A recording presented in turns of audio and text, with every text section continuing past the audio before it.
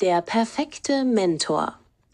Der perfekte Mentor von Umaira Ahmed ist eine fesselnde Geschichte über spirituelles Erwachen, Schicksal und die Suche nach der wahren Führung.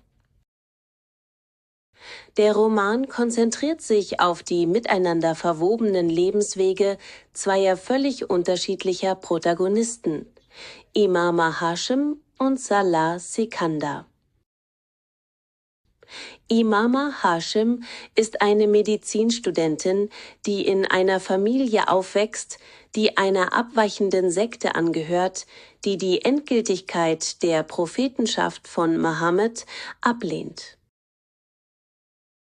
Durch ihre Freundinnen und ihr eigenes Studium des Islam beginnt Imama, die Lehren ihrer Familie in Frage zu stellen und konvertiert heimlich zum sunnitischen Islam.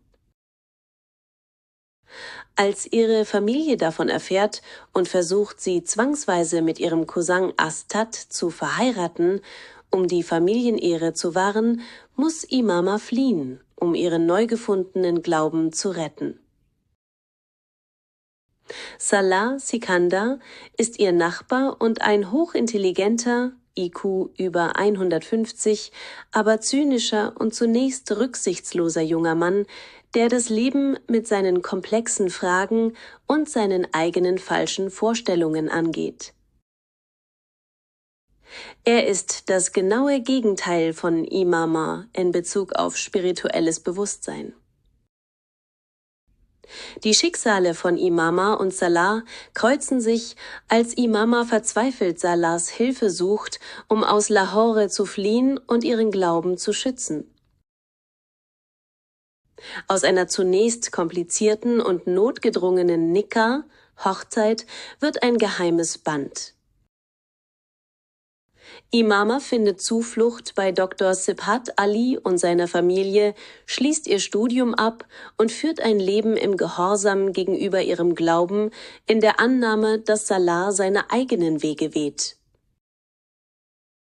Salah, dessen Leben durch die Begegnung mit Imama und ihr aufrichtiges Vertrauen in den Islam tiefgreifend verändert wurde, beginnt seine eigene lange und schmerzhafte Reise der Transformation. Nachdem er eine erschreckende Erfahrung gemacht hat, beginnt er seine Vergangenheit zu bereuen und sucht nach spiritueller Wahrheit und der Essenz des Islam.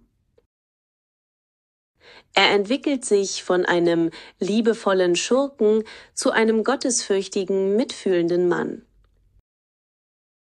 Der Roman wechselt die Perspektive und erzählt die Geschichte von Salahs Transformation, während der Leser sich fragt, was mit Imama passiert ist. Am Ende des Romans führt das Schicksal die beiden Seelen wieder zusammen, nicht durch Zufall, sondern als Ergebnis ihrer individuellen spirituellen Reisen und als Belohnung für ihren Glauben und ihre Ausdauer.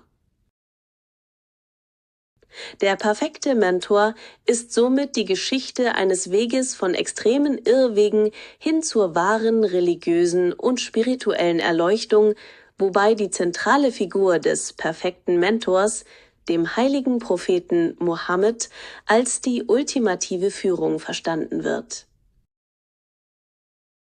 Der perfekte Mentor ist ein zeitloser Klassiker der Urdu-Literatur und mehr als nur ein Liebesroman. Das Buch ist eine Empfehlung für jeden, der eine tief emotionale und transformative Geschichte über die Macht des Glaubens und die Führung durch einen perfekten Mentor lesen möchte.